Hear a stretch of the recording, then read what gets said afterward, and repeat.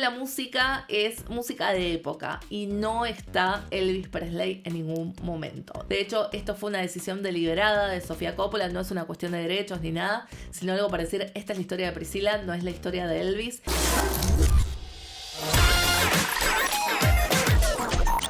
Hola, ¿cómo están todos en Malditos Nerds Infobae? Vamos a hablar de uno de los últimos estrenos de lo que va del año. Estamos hablando de Priscila de Sofía Coppola y tenemos una especialista, Ana Manson, para que nos cuente sobre ella. Ana, ¿qué vamos a encontrar en esta peli? Bueno, muchas gracias, Elian. Yo creo que si conoces el estilo de Sofía Coppola, si viste María Antonieta, ya sabés más o menos por dónde viene la mano de esta película porque va muy en la misma línea. Vamos a conocer la historia de Priscilla Presley, el objeto del afecto, la famosa esposa del rey, de Elvis Presley, el rey del rock, desde una perspectiva muy femenina, desde una perspectiva muy intimista, va a ser su historia desde que él la conoce estando en el servicio militar en Europa, hasta que se la lleva a vivir a Graceland y todo lo que pasa entre ellos en el medio. La película prácticamente ocurre en Graceland, o sea, es casi todo en una única locación, que es donde Priscilla se encuentra de algún modo confinada, o sea, es la historia de Priscilla a la sombra de Elvis. Y escúchame, tiene un nombre fuerte detrás, que es el de Sofía Coppola. Sí. ¿Qué encontramos de ella en la peli? Hay mucho de la estética de la época, hay mucho de la forma de filmar de Sofía, que también es algo, creo, bastante distintivo. Viste que hace un rato te decía que es como una especie de María Antonieta, pero no tiene ese sello que tenía María Antonieta, que eran los colores pastel súper saturados, la cosa del anacronismo, cuando de repente te ponía las Converse o una canción fuera de época.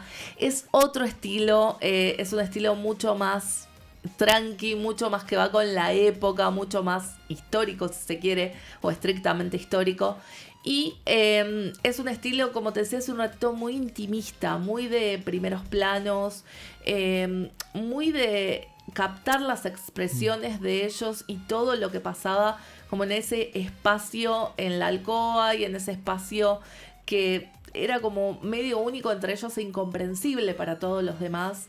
Y siempre desde la perspectiva de Priscilla, siempre desde esa perspectiva femenina, desde esa perspectiva joven, porque Priscilla básicamente cuando empieza la película tiene 15 años y vamos viendo cómo se desarrolló todo hasta que finalmente convivieron juntos, se casaron, tuvieron una hija, bueno, todo lo que todos ya sabemos de la historia entre Priscilla y Elvis Presley, pero lo que no sabemos es cómo se sentía del lado de ella. Y esto es una especie de historia en primera persona, por más que no lo sea.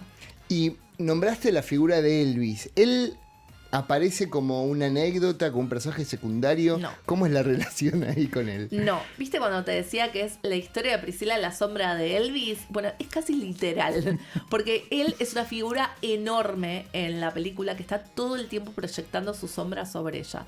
Él le dice cómo vestirse, él le dice cómo peinarse. El clásico estilo tan distintivo de Priscilla, la estética de ella con todo su peinado alto, su pelo negro, sus ojos delineados, fue toda idea de Elvis. También aparece la figura del coronel, pero como alguien que está siempre en off, siempre controlando la vida de Elvis y por ende la de Priscilla, pero desde fuera de cuadro. Él no llega a aparecer, no aparece su imagen en la pantalla. Pero digamos que Priscilla está bastante limitada por el ambiente que la rodea. Y eso es lo que quiere retratar Sofía Coppola. Como esa cosa de encierro, pero a la vez por elección, ¿no? Ella no es que está secuestrada. Ella eligió esto. De hecho, es la típica pick me. O sea, es esto. Es la chica que, por favor, Elvis, elegime a mí y no me dejes por nadie.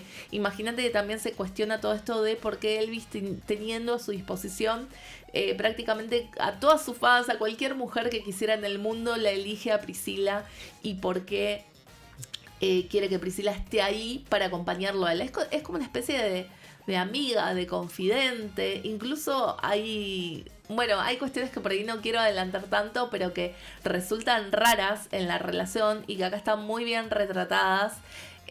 Sin embargo, y les quiero decir esto, quiero hacer esta salvedad, cuando la comparé con María Antonieta, no solo es por esta cuestión de que ella es elegida, así como le pasa a María Antonieta, que se la llevan para Francia para ser una esposa trofeo, prácticamente, que es lo mismo que pasa con Priscila. También hay algo de que no hay un clímax, ¿entendés? Sino como una sucesión de escenas. Es mostrarte el día a día de su vida en escenas de la vida cotidiana, y no hay realmente una historia como podemos estar acostumbrados en una biopic, que de repente hay 3 actos bien definidos y un clímax y todos sabemos cuándo va a pasar. De hecho, el final es bastante anticlimático, es algo que cuando termina decís, bueno, listo, acá dejamos esta historia. Y es llamativo porque al titularse Priscila, es siempre ella a la sombra de Elvis. Incluso Elvis tiene hasta más diálogo que el personaje de Priscila. Entonces es algo bastante llamativo. Y ahí está puesto, porque justo hubo otra versión hace muy poco, hace más o menos un año, donde estaba al principio más lo lúdico y luego la cosa más sufriente.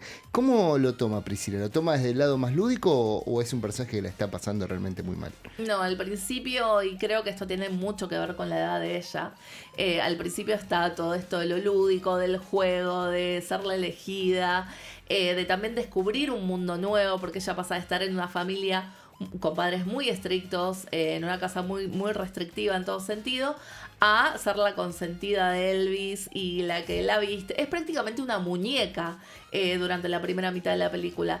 Esto hasta que ella empieza a descubrir la verdadera naturaleza de su relación y aprende a jugar el juego, y ahí es como que se vuelve un personaje mucho más sufrido. Sin embargo, este sufrimiento no está tan explorado. De hecho, como te digo, ella, el personaje interpretado por Cailee Spaeny, que es Priscila, tiene muy poco diálogo. Y es algo que se basa mucho más en las imágenes y en la contraposición entre ellos dos. Elvis Presley es Jacob Elordi, que aparte mide como 2 metros. Entonces está esta contraposición constante con la figura chiquita de ella. Es chiquita literal y figuradamente. Y él es un gigante literal y figuradamente. Entonces es más sobre las dinámicas de poder entre ellos dos que sobre la relación en sí, porque de hecho vas a descubrir que no hay mucha relación. ¿Y la música está presente? ¿Tiene algo musical o es una biopic del personaje nada más? No, es una biopic del personaje, como te decía, no muy clásica, sino muy al estilo Sofía Coppola. Pero la música es música de época y no está Elvis Presley en ningún momento. No hay canciones de Elvis Presley. De hecho, esto fue una decisión deliberada de Sofía Coppola. No es una cuestión de derechos ni nada, sino algo para decir, esta es la historia de Priscila, no es la historia de Elvis. Yo a Elvis no lo quiero hacer quedar bien. Tampoco me interesa que la gente venga para escuchar su música. Aunque está clarísimo, y es una decisión bastante rara porque está clarísimo que hay muchísima gente que va a ir por Elvis. Priscila de repente es una figura magnética, pero es una figura misteriosa también. La figura que conoce es la de Elvis, y la curiosidad y el morbo están en eso, ¿no? Sin embargo, si bien hay mucho del rey, no es la historia de Elvis, no es el perfil de Elvis que estamos acostumbrados a ver. Buenísimo, nos dio, así como Ana, un pantallazo general. Vamos a hacer como si hubiera que hacer un cierre sobre esto, un puntaje. ¿Qué dirías de Priscila? Yo le pondré un 7 y te diría que es una película muy intimista. No vayan esperando un gran espectáculo porque no lo es. Es una película de personajes, es una película que está desde la perspectiva de Priscila. Con una estética muy particular que por supuesto es Sofía Coppola, que sabe filmar desde que nació prácticamente, creció junto a su padre en sets de filmación. Entonces ella hace que cualquier cosa ordinaria parezca espectacular y extraordinaria.